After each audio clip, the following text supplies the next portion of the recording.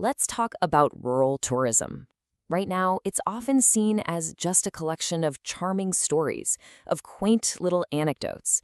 But what if we could transform it into a real, powerful economic engine? That's the idea we're digging into today. This is an analysis from Alpha Business Media, and we're looking at how a really smart, strategic platform approach could unlock a ton of value in community homestays. And this quote, it just gets right to the heart of the problem. The current homestay landscape is not a cohesive market. It is a lottery. That perfectly captures it, doesn't it? For both travelers and hosts, the whole system right now feels like a gamble. It's a game of chance, and so much potential is just slipping through the cracks. Okay, so picture this. You're a traveler. Maybe you're in the stunning hills of Ilam, Nepal. You're there because you want a real cultural experience, right? But there's that nagging voice in the back of your head.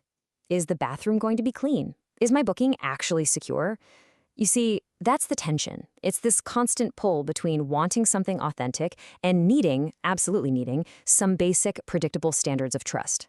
And that one friction point, it's holding the entire sector back.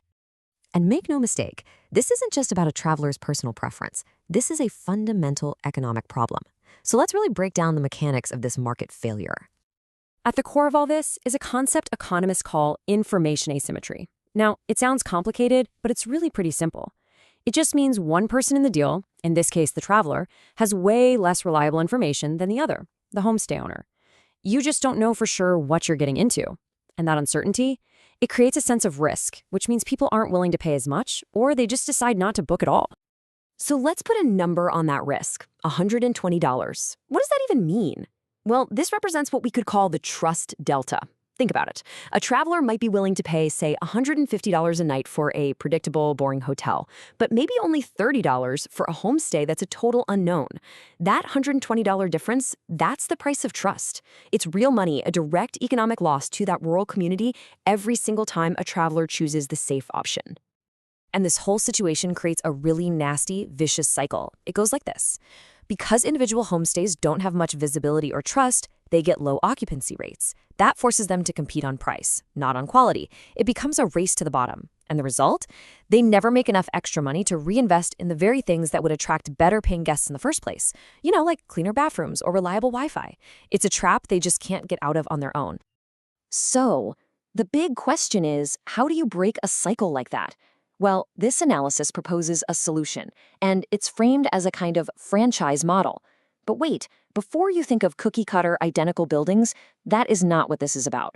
This is about building a platform that standardizes trust while actually celebrating what makes each and every home unique. And this distinction is absolutely crucial. You know, a traditional franchise, like a fast food chain, is all about making everything look and feel exactly the same, no matter where you are. The platform model we're talking about here is the polar opposite.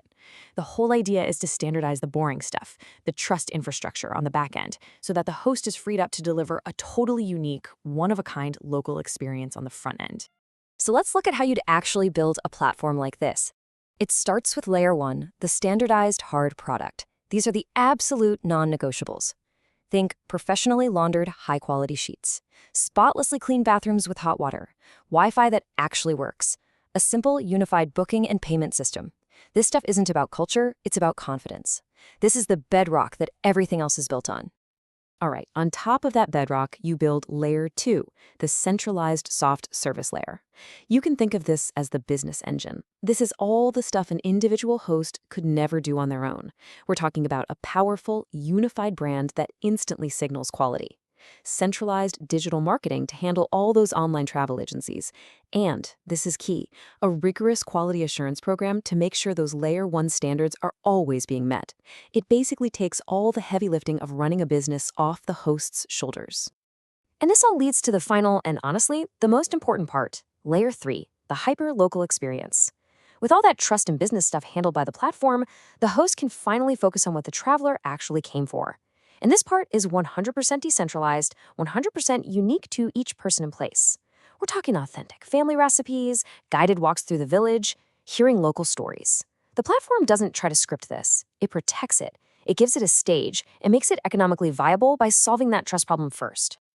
So you might be thinking, okay, that sounds great in theory, but does a model like this actually work in the real world? And the answer is a resounding yes. In fact, there's an incredible blueprint for this just next door in India's dairy industry. The Amul cooperative is a fantastic parallel. I mean, look at this comparison. Amul is a massive, trusted brand, but it's owned by millions of individual dairy farmers. The farmers produce the milk, right? The central co-op handles all the processing, the branding, the marketing, and the profits flow back to the farmers. We can apply this model directly. The homestay owners are the producers. A host-owned platform provides all those central services. The incentives are perfectly aligned. The value that's created in the villages stays in the villages.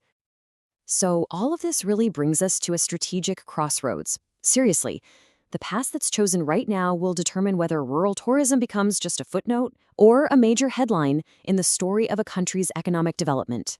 When you boil it all down, there are two very different futures. On one hand, you have scenario A, which is basically more of the same. A fragmented market, anemic growth, where the high-value tourists just stick to the cities. But then you have scenario B, the platform play. This is a coordinated, strategic effort to build this Amul for homestays. It means shifting investment away from just building properties and towards human capital, training, technology, and quality assurance. It's about creating a truly scalable engine for rural prosperity. And so that leaves us with this final critical question. Is rural tourism an anecdote, or is it an economic engine?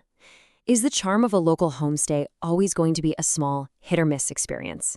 Or can it be structured, scaled, and trusted to become the powerful economic force it really has the potential to be? The analysis here suggests the answer isn't a matter of luck, but a matter of strategy.